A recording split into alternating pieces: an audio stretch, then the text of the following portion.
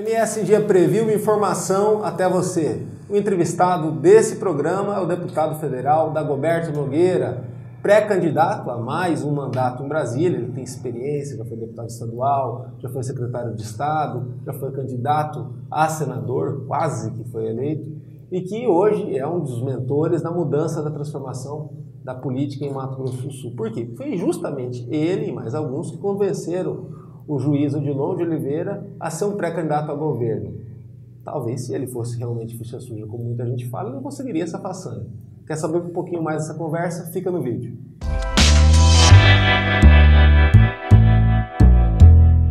Deputado, obrigado pela vinda aqui. Estou à disposição. Acompanho bastante tempo o trabalho do senhor. E emendo já com o final da minha apresentação. Se o senhor fosse ficha suja, fosse um político da velha política, corrupto, teria convencido o juiz Odilon a essa façanha, que talvez ele nem precisasse, né, de ser pré-candidato a governo do Estado. E o senhor foi uma das pessoas decisivas nisso, né? Por que colocam tanto em cima do senhor essa pecha de o Dagoberto ele é corrupto, sem pesquisar, ou colocando talvez adesivos em cima do senhor que não tem nada a ver com a tua trajetória na política?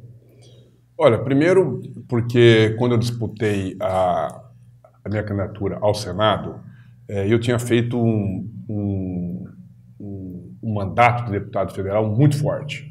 Eu tive muito prestígio naquela época pelo governo federal e pela própria Câmara. Para você ter uma ideia, eu fui líder do PDT, e que era uma coisa para quem estava chegando no Congresso, meu primeiro mandato. Fui por 2 anos consecutivos. Fui membro do conselho político do presidente Lula naquela época, ele me convidou, em função... É um conselho bastante fechado, era de 30 pessoas que ele conversava todos os meses. E no mandato mais forte do Lula, né? Exatamente. E também eu fui o relator do PAC, para você ter uma ideia. O PAC foi o principal programa do governo do presidente Lula, inclusive em função disso que eu coloquei aquela rodovia, a 359, né? Eu primeiro fiz algumas emendas minhas e depois eu coloquei ela no PAC quando nós concluímos essa rodovia. E então eu estava com um prestígio muito forte, tinha feito esse grande mandato e saí candidato ao Senado. O partido havia me pedido isso. E as eleições estavam praticamente definidas, apesar que eu tive um problema com o senador Delcídio, em função de uma briga interna com o PT, e eu não estava tendo o apoio dele. Ele fez uma triangulação Delcídio, Moca e Murilo.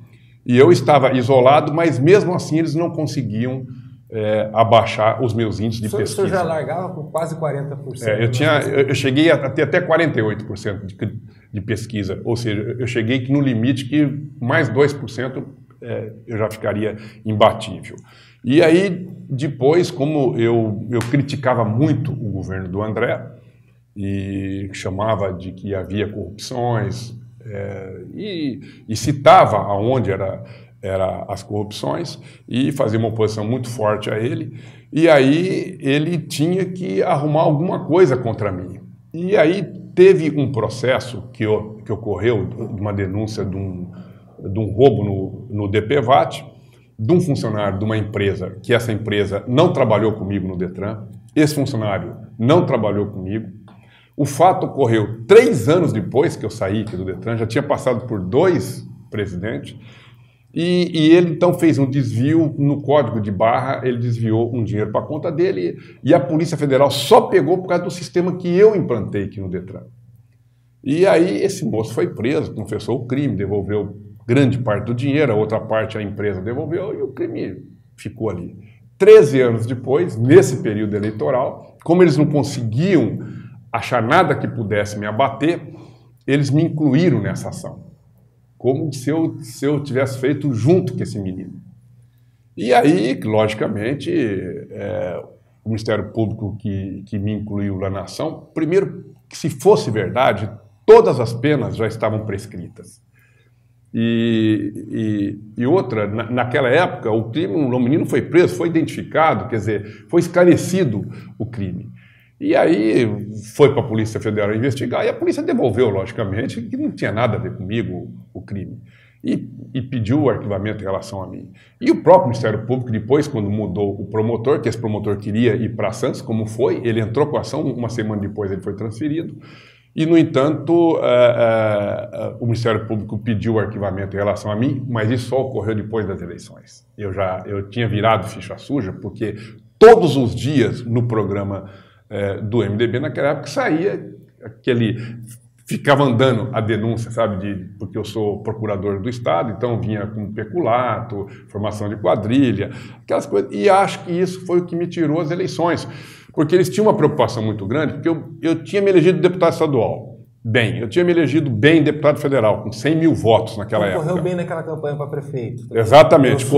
E aí veio eles falaram, se o Dagobert se eleger aqui senador, ele é candidato a governador. Porque o cara fez um de estadual, um de federal e já está fazendo um de senador, vai ser governador. E aí eles tinham que me barrar. E aí juntou todo mundo, toda essa elite política, inclusive, né, que na época o próprio Delcídio, que queria ser candidato a governador também, o prefeito Nelsinho daqui de Campo Grande. Então todos se juntaram contra mim, todos sem exceção. E fiquei isolado.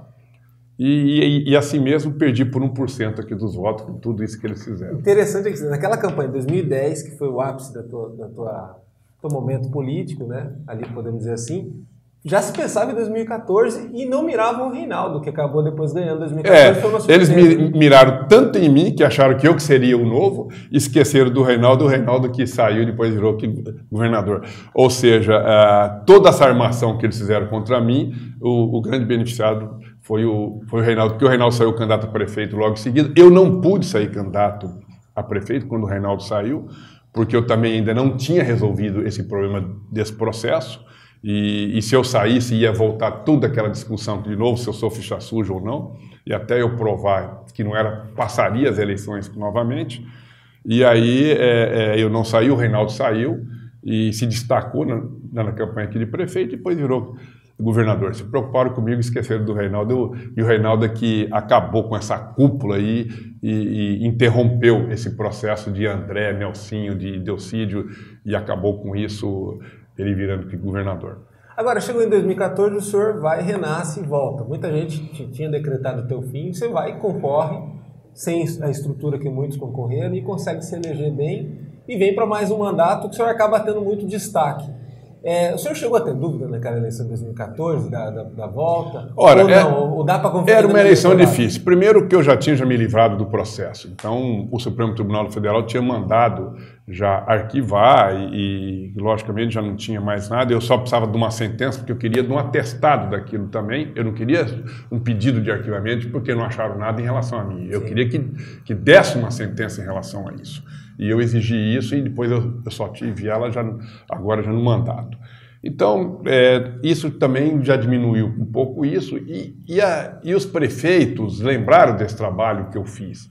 Então, eu tive um apoio muito forte no interior, né? Não tive muitos votos aqui na capital, mas foi o suficiente para eu voltar para ser deputado federal. Agora estou lá no mandato e também acredito que estou fazendo um bom mandato, sempre defendendo os interesses dos trabalhadores do país. A gente tem tido uma postura muito coerente com aquilo que o PDT pensa, né? A questão do trabalhismo, da educação. Então isso, acho que no primeiro momento as pessoas me viam como um cara muito à esquerda, mas aí também não é só a esquerda que era contra esse processo corrupto que está aí do Michel Temer, que você vê que todos os dias tem um ministro sendo preso, todos os dias, porque montou uma quadrilha que na época liderada pelo Gedel, que foi o grande mentor disso, que hoje está preso, e articulado pelo Eduardo Cunha, que era o presidente da Câmara, que hoje está preso, porque são muitas contas na Suíça, o Gedel, mais de 51 milhões dentro de um apartamento. Quer dizer, esse povo que é corrupto mesmo, né? Esse povo é que armou, e eles sabiam que a Lava Jato chegaria neles, por isso que fizeram o golpe e tentaram parar a Lava Jato. Não conseguiram, e a gente sabia que, tanto é que teve um determinado momento que no Ministério, não tem hoje, porque vários desses deputados e senadores dessas lideranças saíram para ser candidato novamente. Porque, infelizmente, esse Supremo Tribunal Federal não julgou a Lava Jato ainda. E teria que ter julgado antes das eleições para que essas pessoas não pudessem ser candidato. E, no entanto, está aí essa morosidade beneficiando esses corruptos e muitos deles vão voltar ainda para o Congresso. Mas chegou no momento que tinha 21 ministros do Michel Temer, 19 envolvidos na Lava Jato.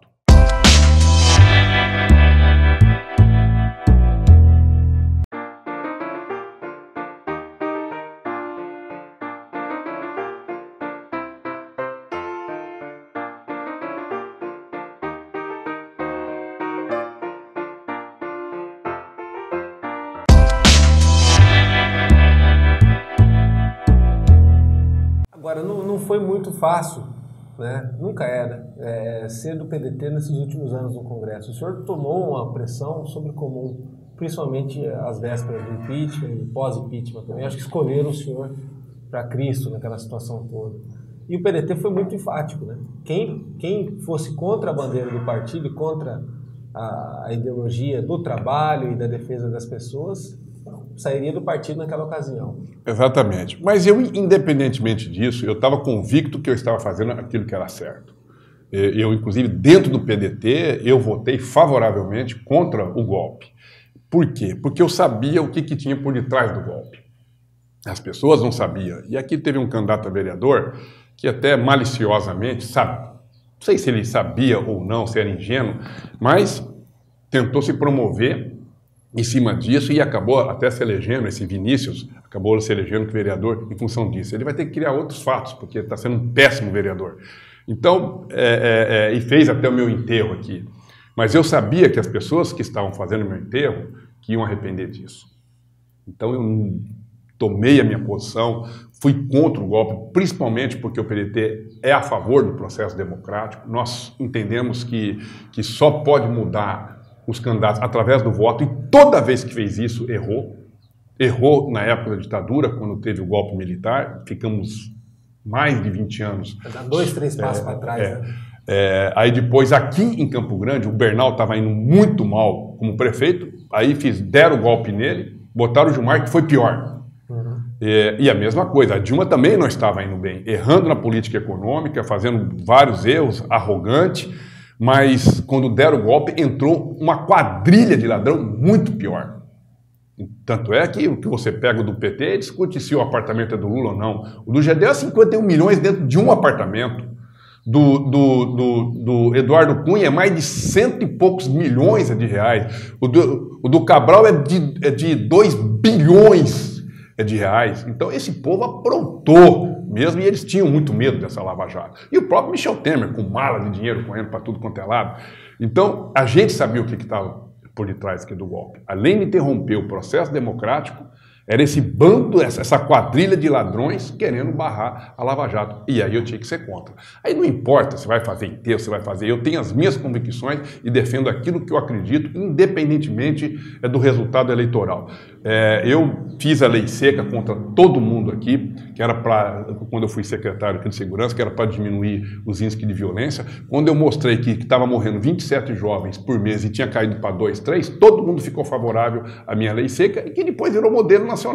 Sim. Então, eu nunca tive medo de questão de voto ou antipopular. Eu tenho que fazer aquilo que é certo. E eu fiz o que era certo.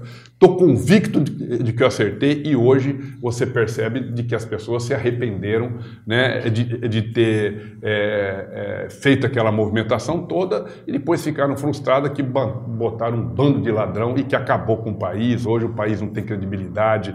Nós tínhamos em torno de 7 milhões, hoje nós estamos com 14 milhões de desempregados, dobrou o número, o dólar disparou por falta de credibilidade, o dinheiro está indo embora daqui, o país parou de crescer, quer dizer, acabaram com o país nesses últimos 2 anos, tiraram tantos direitos trabalhistas, estão entregando a Petrobras, a Eletrosul, estão pagando conta porque foram os banqueiros que fizeram tudo isso, pediram para que fosse votado lá no Congresso em função de que não pudesse mais dar aumento para funcionário, que não pode mais botar dinheiro na saúde, não pode mais botar dinheiro na educação, não pode aumentar a despesa, porque tem que pagar dívida. Para pagar dívida é pagar bancos, é para botar dinheiro em bancos, tira do comércio, tira da indústria, tira de circulação para enfiar para banqueiros, que é o único país do mundo que o banco dá prejuízo em quase todo lugar, mas aqui é um lucro de mais de 400% ao ano. onde você tem um cartão de crédito de 400 e poucos por cento, um cheque especial de 400 por cento, uma inflação de 3%. Quer dizer, é um país que atende banqueiros. Então, tem que ficar contra isso. Isso chega a ser nojento a forma da política que está estabelecida pelo Michel Temer. Agora, e o Brasil pós essa ruptura, né? Porque agora a gente vem num momento de novo de decisão para os governos estaduais, renovação das assembleias, na Câmara Federal, no Senado, na Presidência da República.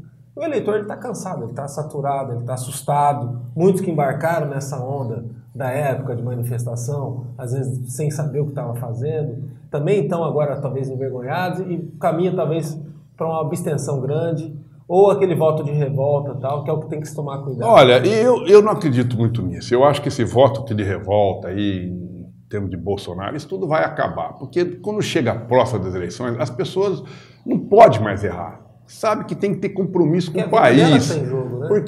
Porque é a vida dela que está em jogo. Então, eu não acredito que as pessoas vão votar errado nessas eleições. Quando a gente alertou, e você estava lembrando disso, de uma reunião que eu fiz na Câmara de Deputados, que é de vereadores, antes das eleições, eu falei, olha, eu nunca vi o poder econômico tão forte como nessas eleições de 2014.